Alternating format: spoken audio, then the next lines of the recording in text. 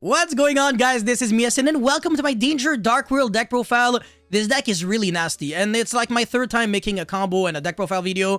But I don't care, I'm gonna keep making videos because I love this deck. It's really degenerate, it's really unfair, it's really nasty and really disgusting. Every single time I combo this deck and I make my opponent lose like 5 cards from hand and I make like 10 negates, I feel like I have to take a shower right after. Like, I almost feel like a Mystic Mind player with this deck. But yeah, since the ban list, we unfortunately lost Chaos Ruler, which is really unfortunate. The engine did nothing wrong, man. Did nothing wrong whatsoever. Like, there's nothing unfair about, like, excavating 5 cards with Chaos Ruler, adding one of them, milling the others, and then making, like, Zombie Vampire, milling even more cards. All of that just with 1 card. It's completely fair, right? But yeah, anyways, today I'll show you guys the deck profile that is actually TCG legal. As soon as we're gonna get the structure deck, the only cards that we're missing really would be the World Ocean Dragon Zelantis, as well as Muckracker from the Underworld. I think that's the new name of the card, whatever, I don't really care. But they are in the new set, which is Darkwing Blast. And these 2 cards, I think they're in the structure, well, they're all in structure deck, which should be out in December, if I recall correctly.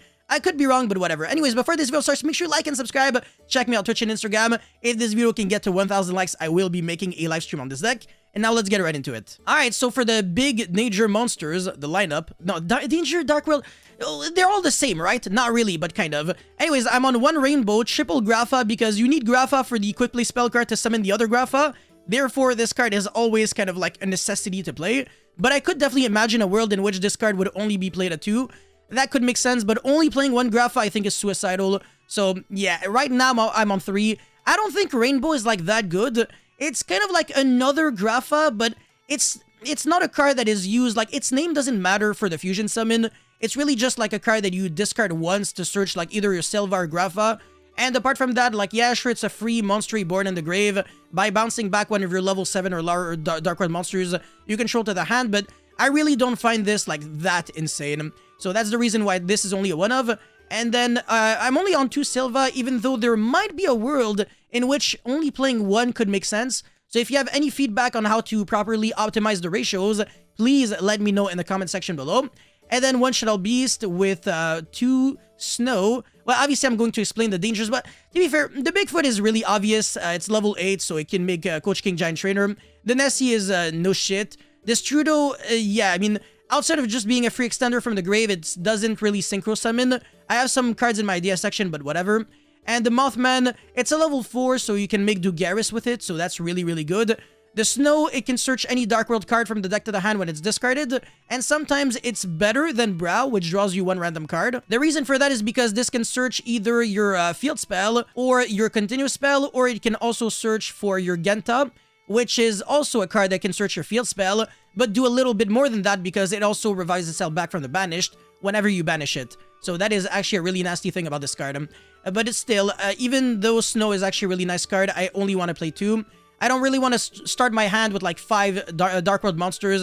That is not how you can build a board, unfortunately. You need kind of a mix between the Dark Worlds and the Dangers.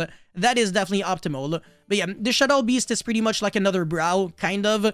But unlike Brow, you can mill this card and benefit off of it, whereas this you have to discard it. So in other words, a Foolish Burial gains a lot of value with cards like Shadow Beast, Destrudo, and Zephyros the Elite to have more extenders. Now, I'm only on 1 Chupacabra. Chupacabra, unlike Mothman, does absolutely nothing when it gets sniped and you have no other dangers in your grave. But Mothman can help the opponent, so playing 3 would be suicidal, especially in a format with a lot of tier elements or mirror matches. And Chupacabra is just like not really a starter, so 1 should be enough. And then obviously 1 Tsuchinoko, 1 Jackalope. These cards are limited, but if they weren't, I would play 3 of each because they're absolutely overpowered, exactly just like Nessie. So these 5 dangers are considered the guaranteed dangers. They always, you know, find a way to... well, they never do nothing. Like, you can get sniped infinite times, and, well, not infinite times, but whatever. The Nessie can get sniped, and then you search one of these... and then you can get sniped again, and then you still summon a monster. Whereas the other ones, if you get unlucky, you get unlucky, and that's it, that's all. Anyways, Triple Genta, this card's insane. It's pretty much almost a starter because it searches you your field spell, and then it brings itself back, and it's a level 4, so again, you can make one of the best Xyz monsters in the game, which is Dugaris. This card's insane. It does so much. It can, like, draw 2 and then discard 1, or revive back a monster in your grave, or double the attack of a monster you control, which is ridiculous. Anyways, triple brow, one, yeah, obviously, 1 pearl, This card is also very nice in the combo with Ceruli. Ceruli, you give it to your opponent, and then you make yourself lose the Silva, revive itself back, and then make your opponent lose 2 cards from hand. And then the Pearl, at the very end of the combo, you discard it, and then revive back the Ceruli to your own field, and then discard the final card in your opponent's hand. And the way you do that is by using the effective Silva twice. So your opponent goes from 5 to 1 card in hand, and then at the very end, Ceruli makes it so that your opponent loses the final card. Anyways, for the other cards, I'm on 1 card destruction, double copies of Beginning of the End. There is a world in which you might not even want to play card destruction because, again, I don't like helping out the opponent. You could maybe side deck this card, it's really nice. And then Beginning of the End is a very powerful card, but it might be hard sometimes to trigger this card because you might not have 5 or 7 or more Dark Monsters in your grave. So sometimes it just stays there in your hand and does nothing. Foolish Burial, this card is always good. It's the worst case scenario is that it's an upstart goblin, and the best case is that you send Zephyros the Elite and then you just do like nasty things, such as bounce back the field spell and draw even more cards and unbrick like crazy. So this card is really broken.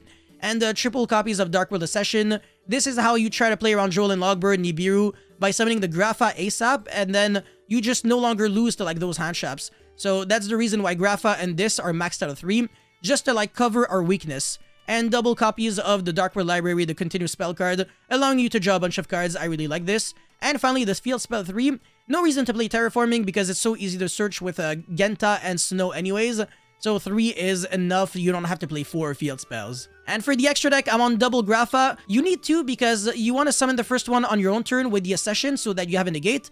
Or Accession, whatever, anyways, I'm stupid. And the second one you want to summon on your opponent's turn to serve like as an interruption because you can discard your danger monsters, your Dark Worlds, like the Grapha actually, and I don't know, like maybe Ceruli, and then summon this even though you only have like another one. Even if you have another one, it doesn't matter because you can still trigger the Grapha to make your opponent lose a card, and then the Ceruli to like discard your Silva and make your opponent lose 2 extra cards from hand. So that's a really nice way that you can interrupt your opponent, even if you get hit by, I don't know, like so many hand traps on your own turn, and then like a Dark Ruler on the first one. So that would be a good example.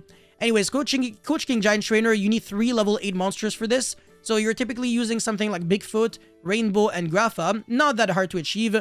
Dweller, Dugaris, Double Skulldeat, and then World Ocean Dragon, Zelantis, Appaloosa, Unicorn, Akashic, Cerberus, Security Dragon, Muckracker from the Underworld, and Masquerena.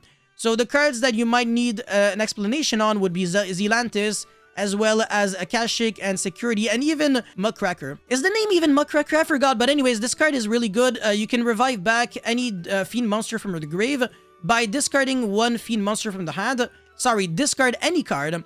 And the cool thing about this is that the discard when you revive back your Fiend is not a cost, so it triggers all of your effects. Like, you can discard like a Dark World monster and it gets its effect.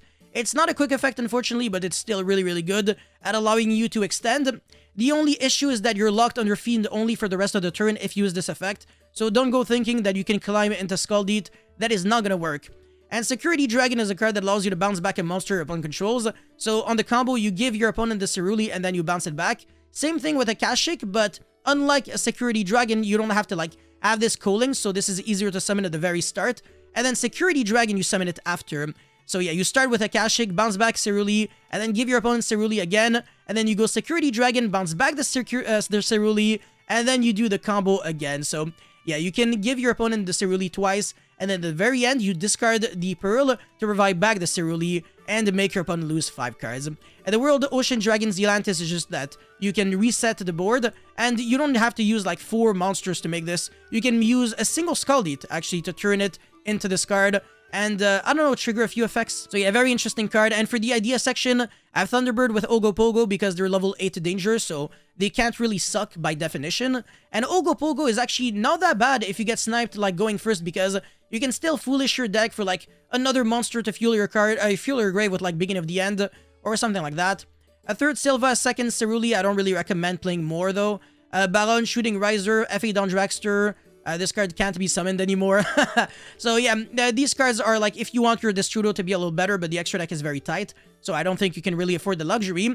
Zombie Vampire, Harbinger, DD King, Wave Caesar with like the Machina and everything, like all the DDD monsters, and maybe Zeus, but again, the extra deck space is very tight. This is easy to make. All you need is like 2 level 4 Fiend monsters. It's not like 2 level 4 DDD monsters. Anyways, Drag Down into the Grave. This is a very good side deck card post game 1. You make your opponent lose the Drill and Logbird, and then you win the game. And also you have hand knowledge so that you know what to like commit into. And finally, more copies of Beginning of the End, Monster Reborn, whatever. So yeah, that's it for this deck profile. Thank you guys so much for watching. Don't forget to like and subscribe, and I'll see you guys very soon. Peace.